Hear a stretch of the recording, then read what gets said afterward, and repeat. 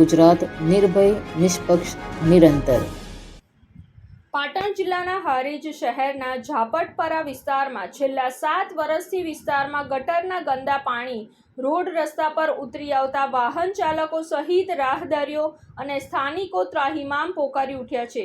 અહીં ગટરથી લઈને પીવાના પાણીની પણ વિકટ સમસ્યા જોવા મળી રહી છે। લોકોની અનેકવાર રજૂઆત બાદ પણ નગરોડ તંત્ર દ્વારા કોઈ યોગ્ય નિકાલ કે વ્યવસ્થા કરવામાં આવી નથી રહી, જેને લઈને સ્થાનિકો ત્રાહિમામ પોકારી ઉઠ્યા છે। ઝાપટપરા વિસ્તારમાં ગટરના ગંદા પાણી જેવું અને દુર્ગંધયુક્ત પાણી આવતું હોવાની વિસ્તારની મહિલાઓની ફરિયાદ ઉઠવા પામી છે। લોકોએ પાટણ કલેક્ટર કચેરી સુધી રજૂઆત કરી હોવા છતાં આજ દિન સુધી કોઈ યોગ્ય નિર્ણય લેવામાં આવ્યો નથી તેવું વિસ્તારના સ્થાનિક મહિલાઓ જણાવી રહી છે, જેને લઈ ગંદકીનું સામ્રાજ્ય ફેલાયું છે અને રોગચાળાની ઝપટમાં લોકો આવતા ઘરે ઘરે માંદગીના ખાટલા જોવા મળી રહ્યા છે તેવું ચર્ચાઈ રહ્યું છે।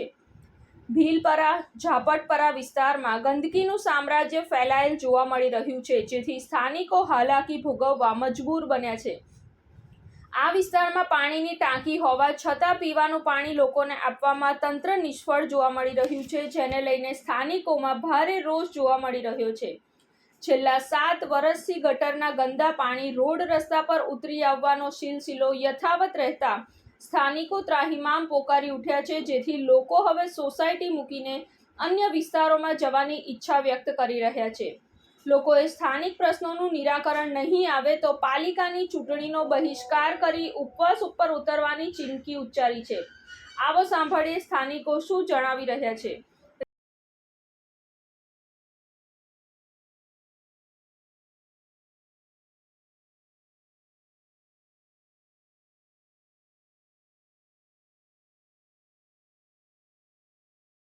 मंसूर इस्माइल रचूभाई ઝાપટપરા વિસ્તાર। આજે અમને ગટર લાઇનની વર્ષોથી તકલીફ છે અને આની આ પોઝિશન છે। ગટર લાઇનનું કામકાજ શરૂ થઈ ગયેલું છે, પણ અમને જોઈન્ટ આપ્યો નથી અને વધતા પાણીની ટાંકીનું નામ નજમાબેન છે અને અમે આ તકલીફ 7 વર્ષથી વેઠીએ છીએ રહ્યા। અમે કેટલી કમ્પ્લેન્ટો કરી છે પણ અમારો કોઈ નિર્ણય આવતો નથી। અમે પાણી વાપરીએ છીએ એ ખરાબ, એકદમ ખરાબ પાણી આવે છે, સાવ જ ગટરમાં નાખે એવું એ પાણીનો પણ અમે ઉપયોગ કરીએ છીએ, પીવાનું પાણી આવતું નથી અને 7 વર્ષથી આ ગટરની તકલીફ છે। મહેરબાની કરીને અમારી આ તમે કમ્પ્લેન્ટ કબૂલ કરો અને અમને ન્યાય આપો। ખાટલા છે, 7 વર્ષથી આ તકલીફ છે કેટલા ઘર ઝાપટપરાની અંદર અને 500 બાયડીઓ નિર્ણય કર્યો છે કે અહીંયા જઈને અને અમે કમ્પ્લેન્ટ કરીએ, કમ્પ્લેન્ટનો નિર્ણય આવ્યો નથી। આ રજનીભાઈ ખુદ અમને લઈને જે ગયેલા છે પાટણ કલેક્ટરની ઓફિસે, પણ કોઈ આનો ન્યાય નથી આવ્યો અને આ 7 વર્ષથી તકલીફ છે, 1 વર્ષની નથી। 7 વર્ષથી જોડીએ પણ કોઈ નિર્ણય આવ્યો નથી। અમારા ઓગણે ગંદકી છે, અમારા બાળક બધા બીમાર પડ્યા છે, અમે ગરીબ માણસ છીએ, અમે રૂપિયા ત્યાંથી લાવીએ, અમે પેટમાં ખાઈએ દવાખાનું આલીએ। હે તમે સરકાર છો, કોણ છો? અમારું વાપરતા નહીં ગરીબ માણસોનું। આ ઝાપટપરામાં 7 વર્ષથી ગંદકી કા જેમ આપણે જાણીએ છીએ એમ કે હારીજનગરમાં ફેઝ 1નું કામ કરવામાં આવ્યું હતું ડ્રેનેજનું, પણ એ ડ્રેનેજ સદંતર ફેલ છે, એટલે જેના કારણે અત્યારે સરકારશ્રી દ્વારા ફેઝ 2નું કામ ટેન્ડરિંગ લેવલે છે અને ટૂંક સમયમાં એનો વર્ક ઓર્ડર આપવામાં આવશે ત્યારે ડ્રેનેજના જે આ પ્રોબ્લેમનું પરમેનન્ટ સોલ્યુશન આવી જશે। અત્યારે ટેમ્પરરી સોલ્યુશન તરીકે નગરપાલિકા દ્વારા નિયમિત રીતે ડિસિલ્ટિંગ કરવામાં આવે છે અને પ્રેશર મારવામાં આવે છે।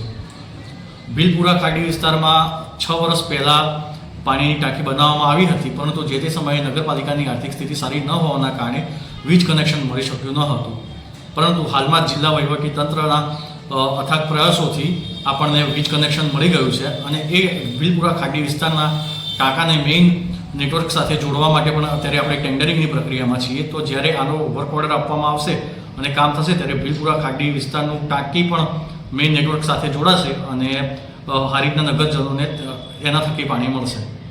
કેટલા વર્ષથી આ કનેક્શન બંધ હતું? લગભગ 5 વર્ષથી આ બંધ હતું, પરંતુ હમણાં આપણે જિલ્લા વહીવટીતંત્ર અને નગરપાલિકા દ્વારા ખૂબ પ્રયત્નો કરી અને આપણે આ કનેક્શન મેળવી લેવામાં આવેલ છે। કેટલા સમયમાં ચાલુ થઈ શકે? અત્યારે એ ટેન્ડરિંગ પ્રક્રિયા હેઠળ છે, એટલે એ ટેન્ડરિંગ પ્રક્રિયા પૂરી થઈથી અને વર્ક ઓર્ડર આપેથી એનું ઝડપથી કામ થશે।